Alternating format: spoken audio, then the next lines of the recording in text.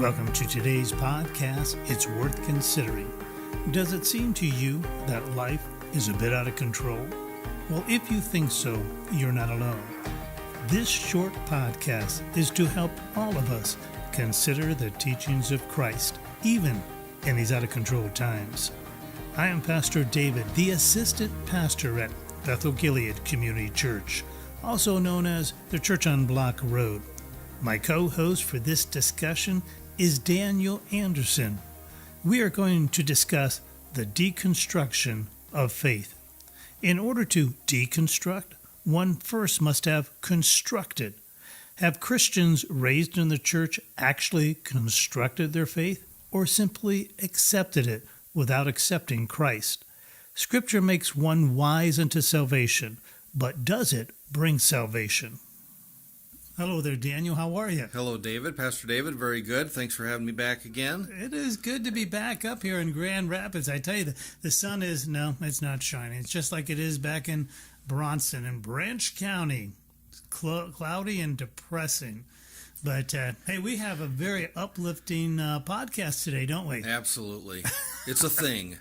It is a thing. Just like the last one we did, it was a thing. It is a thing. It is the Deconstruction of Faith. Now, with that title, you can also understand that, well, maybe I was a bit sarcastic when I'm talking about an uplifting topic, although it can be. I hope so. It can be. Yeah. So, and I think that, well, the groundwork would be best to, let's describe what is, first of all, deconstruction, just that term itself, kind of implies, well, something that is constructed and then is going to be deconstructed. It's going to be taken apart by its parts.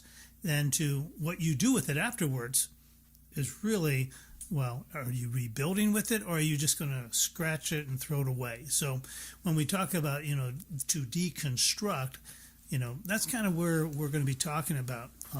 But when we talk about deconstruction of the faith, that's a kind of a Christian phenomenon, isn't it?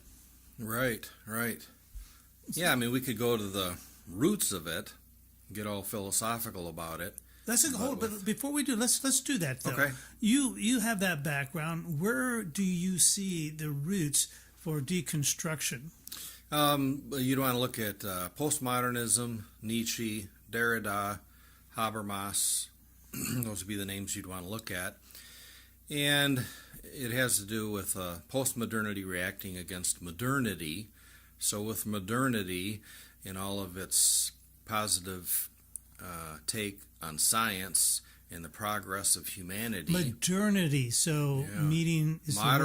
Modernism, relying on science and materialism and logic, philosophical materialism.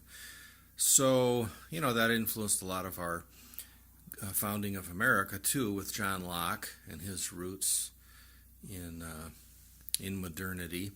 Francis Bacon with science. Wow. So this kind of goes back philosophically quite a ways. Yeah. And probably the most up-to-date or modern, even though it's not really viewed, and I think in the academic world, as seriously as it's kind of lived out today in the social world, is going to be postmodernism, right? Right. And that term's thrown around a bit. How would you, in the vernacular sense, describe it? Because I think this deconstruction has to do with that idea. Yeah, I think fundamentally it's a rejection of the idea of objective truth.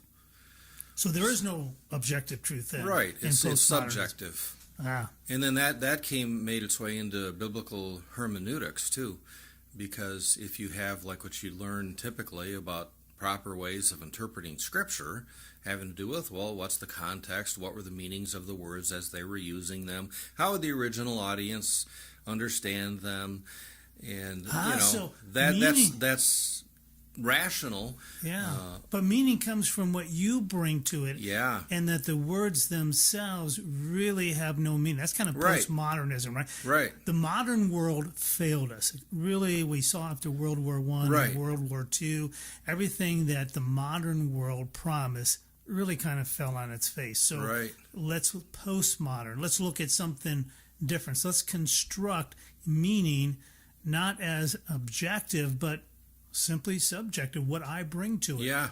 Same thing with our Constitution, the conservative versus liberal or progressive take. On the one hand, there's the Constitution, which you have to understand what the framers meant by the words, so you have to study some history.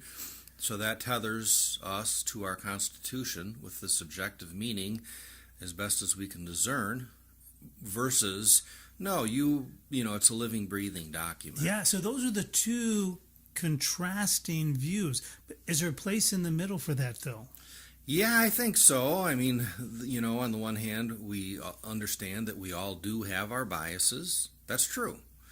But to what extent are you able to bracket those and come to a fair-minded interpretation of things?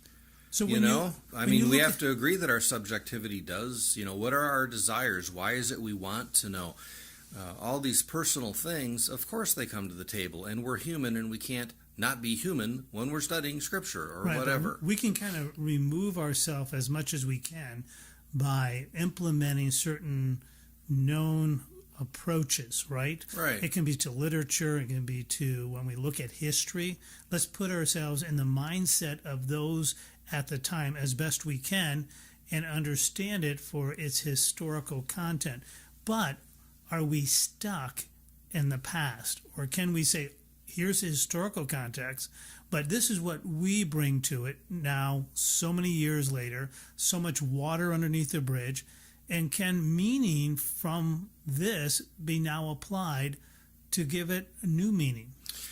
Yeah, I mean, on the one hand, we can do amendments to our Constitution, so we can realize, okay, maybe there's some things the framers didn't have right, but they provided a way for us to change those things as needs change, right? Sure. But that's still within a very objective kind of a hermeneutic where you're interpreting texts and you believe you can get the meaning to them, and you and I could say, hey, wait a minute, okay, you're right.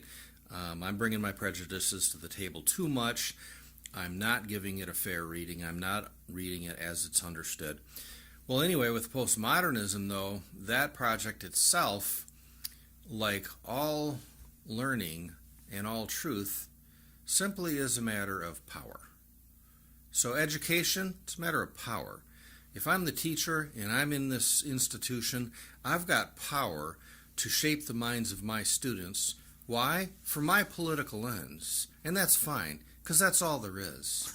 Everything is political. So, fidelity, right? Integrity, those are really important pieces to be able to fairly to get at an objective and meaningful meaning are going to be needed. Now, you would think, but that's exactly what the postmodernists, and as it was expressed through critical theory, which is Marxist, it's exactly what they deny. So any attempt at saying, here's the objective meaning of Scripture or of the Constitution or any of that, really, it's nothing but a power grab, because that's all there is power, the pursuit of power, politics. Everything is political. So is this happening today in the church? I think so. If we take this idea of, postmodern perspective and stuff and then take it to in the mindset of pastors or priests or those in religious authority, is it a power grab?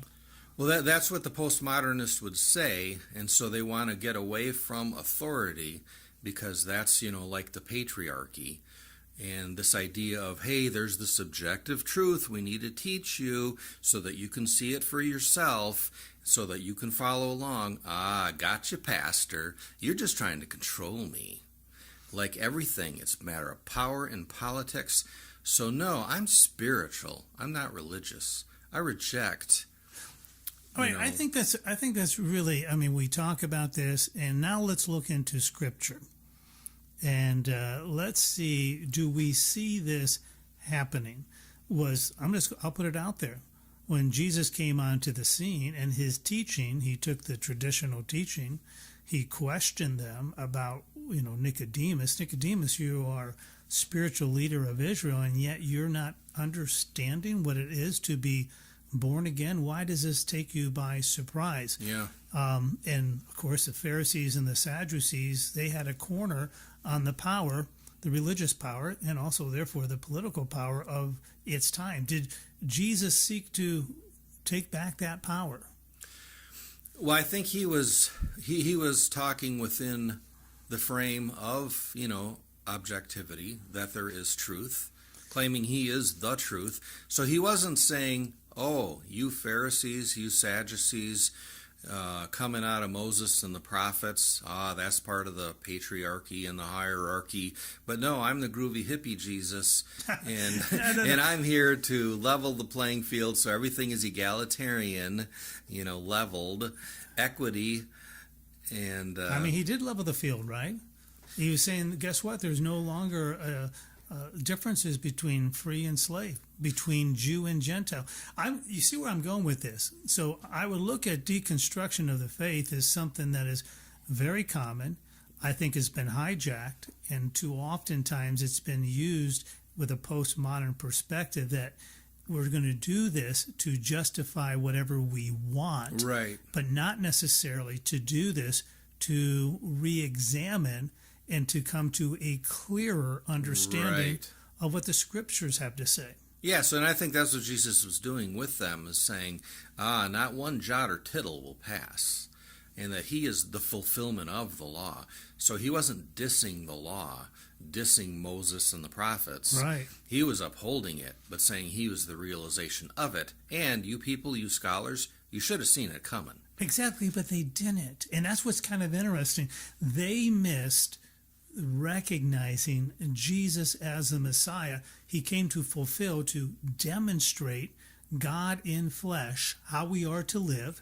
And then he talked about the scriptures of how they should be interpreted with a much deeper perspective than the literal interpretation which they so oftentimes wanted to give it. Well, I think it's not that he was getting away from a literal interpretation that they were wanting, so that they were the ones being objective and he was the one introducing something to the text that wasn't there to begin with. But I think he was revealing what was there to begin with. He was the one being objective. I am the truth, the light, and the way. But it was their hardened hearts, which has this, what was called the noetic effects of sin. In other words, sin makes you stupid, so that you could be a really brilliant person, but because of your sinful inclinations, propositions that you should entertain as a fair-minded person, you won't even really be able to feel the weight of, because of your sin, your prejudices. How could God hold them guilty, though, if it was, if this was their destiny and they're unable to correctly interpret the scriptures? I don't understand how it's kind of like, well, hey, I couldn't do anything differently than I am, but that's not flying with Jesus. Matter of fact, that's what he said, woe to them, woe to you, because they were capable of looking into the scriptures and coming up with the significance of the teachings, and that they were literal, but yet they were far more than just literal. And he held them accountable to these things, that these should have known and been prepared, because, one of the ways in which they constantly wanted to know, Jesus, quit talking in riddles to us. Are you the Messiah? And he was saying very clearly, I show you these signs. You admit that nobody can do these things unless it is God who enables them. And yet you don't believe me. Why? Because I tell you things that you misunderstood and you can't accept, even though the evidence of who I am is very clear by the nature and the character of God and the power that I demonstrate. Right. Well, I think it's because they didn't walk in the light that they had. I mean, if you walk in the light that you have, you will be given more light. But if you choose to reject the light because you favor your sin and your hardness of heart and harbor hatred and unforgiveness or whatever, well, then you're getting away from the light. So the fact that you're misunderstanding things later actually is on you, because you rejected the light that you did have, and that hardened your heart, so that blinds your eyes. Okay, I don't want to get bogged down with this, but I think that what I'm starting to see here is the deconstruction of the faith is something that is natural. It's something that we all need to do at some time. Now, the reason in which we deconstruct our faith has a lot to do with the outcome in which we will arrive at. Exactly. So if we want to deconstruct it because we don't like what it says in its teaching, even though it's pretty clear and objective, we just want to refute that so we can serve our own pleasure. Right. Then I think we're going to come to a place where we deconstruct our faith and throw it out or become very progressive and say, oh, well, they weren't enlightened enough and, they didn't understand this, even though the text is pretty clear and straightforward. Right.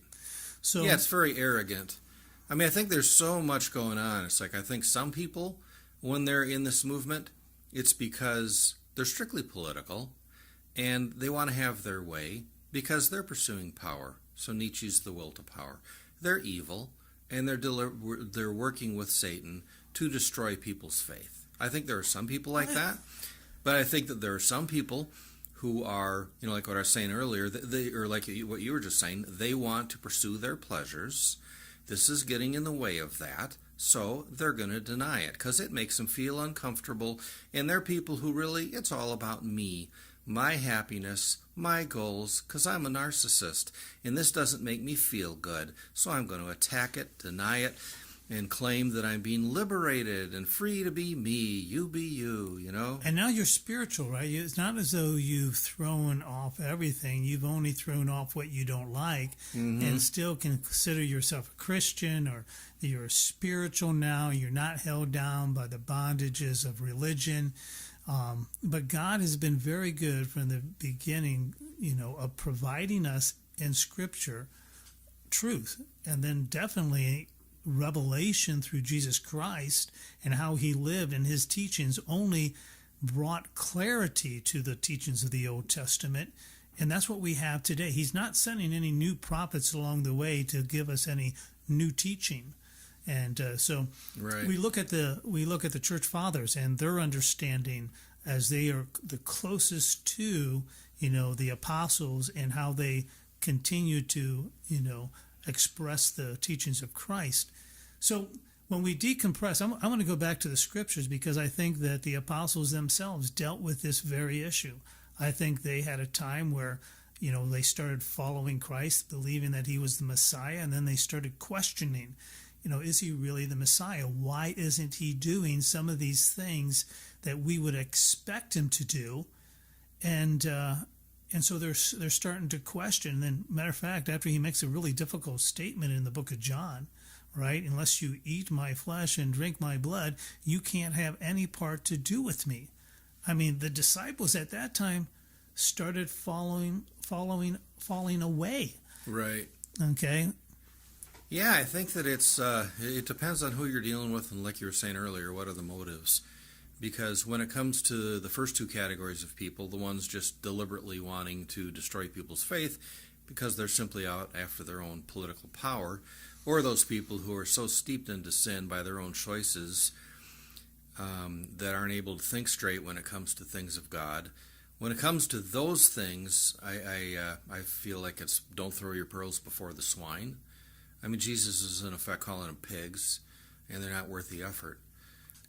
So I think that there are those people like that, but then there are the people like I think you're going with now, who are genuinely struggling.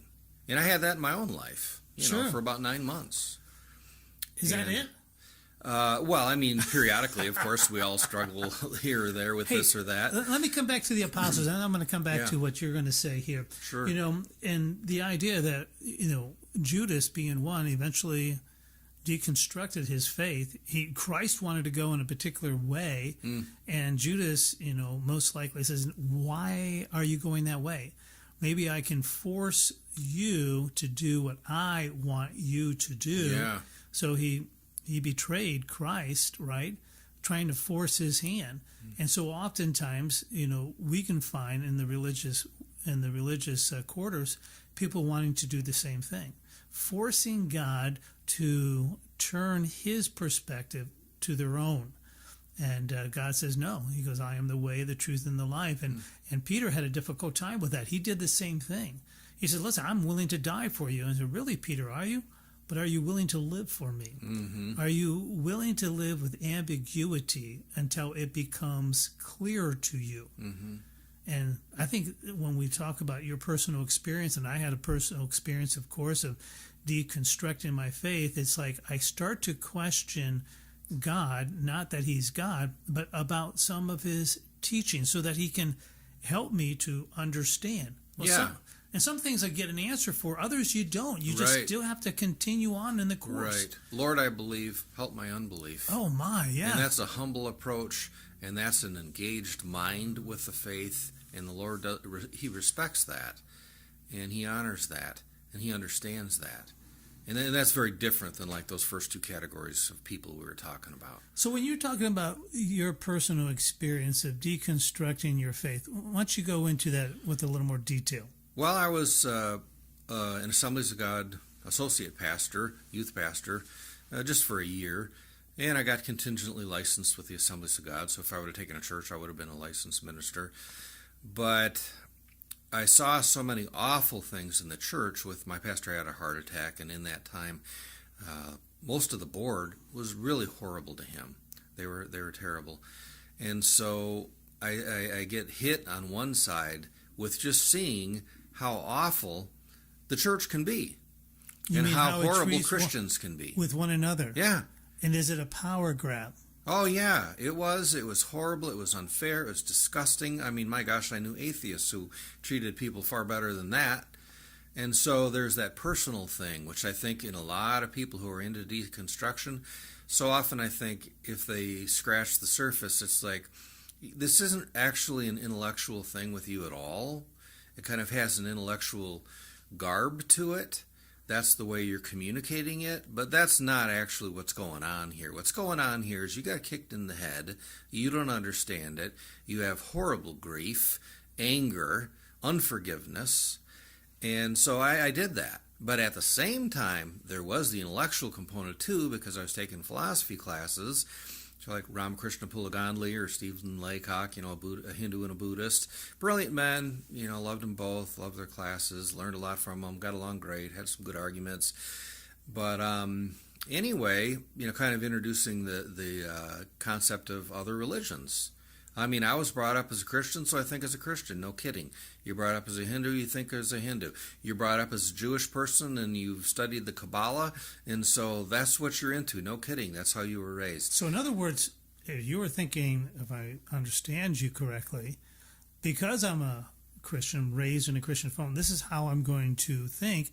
Maybe I should consider how others might think. Exactly. And worship. And worship. So you started looking into other religions. Right. What did you conclude? What went on? Well, at first I actually thought, entertained atheism, but that was only for a couple weeks. Because, just intellectually, I think it's so stupid that... I'm sure we have any atheists out there. They're going to love that comment. I'm sorry. I agree with the Psalms that they're fools. So, yeah, something comes from nothing, seriously. Or, everything evolved according to the laws, wherever these laws came from. That's quite a problem of physics and chemistry and whatnot. So intellectually, you were quickly able to dismiss that. Yeah, so then I said, okay, fine. So I have to at least be agnostic, though. So, yes, of course there's a God. Of course there's a creator. I'm not an idiot. And I'm not going to, throw my brain out just because I've had my heart hurt. But did you get the right one? That's the question. The right what? The right God. Well, yeah. So I thought, well, okay, I'm an agnostic then. So you know what? Yes, of course there's a God, but anyway, he doesn't have anything to do with me, obviously, because look at the mess I'm in, and look at all I've gone through, and look at how horrible this church is and this faith that supposedly he founded.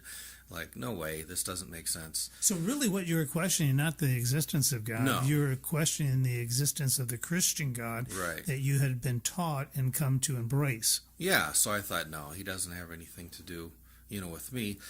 But, you still have the yearnings of the heart, so I went into mysticism and, reading Buddhism and Hinduism and Taoism, and at least some vague understanding of being at peace with the universe or something, That'd be nice, right? Yeah, of Having course. Peace. Isn't that what really peace? We're looking for? Yeah, instilling your mind and being open, So I guess this was about a 9-month venture. But anyway, then more and more I'm drawn back into the Christian faith. And so I thought, well, what about people like Thomas Merton and the 7-Story Mountain and Christian mysticism?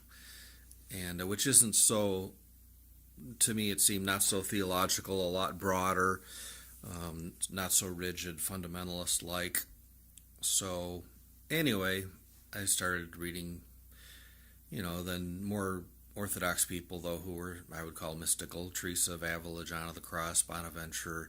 So are you whatever. on a quest right now for truth? Is that what you're looking for? Well, I think we all are always, I hope. The difference is that this is a quest and not looking for an exit sign. Am I correct? Yeah, not to have, I think it's a healthy kind of thing. Jesus said, I would wish you'd be hot or cold, but as it is, I'm going to spew you out of my mouth. And so I think people who are really struggling, for these personal reasons and these, look at all the evil happening. I mean, how could this be? How could a God who knows everything and is able to stop it and loves everybody seriously, and yet this is going on? How could that be? Good questions. Oh, yeah, absolutely, and I think the Lord honors that. Do you have an answer for those? We could end this podcast right now. Never have another one if you can answer that question. Thank you for spending time to listen to today's podcast, the first in the series, Deconstruction of the Faith. This is not the end of faith, but the building of a healthy faith. We hope you continue to tune in and don't drop out as we continue with conversations that make a difference in our lives. Until the next time, go out as God's ambassadors, commissioned to a world in desperate need of the gospel. God bless.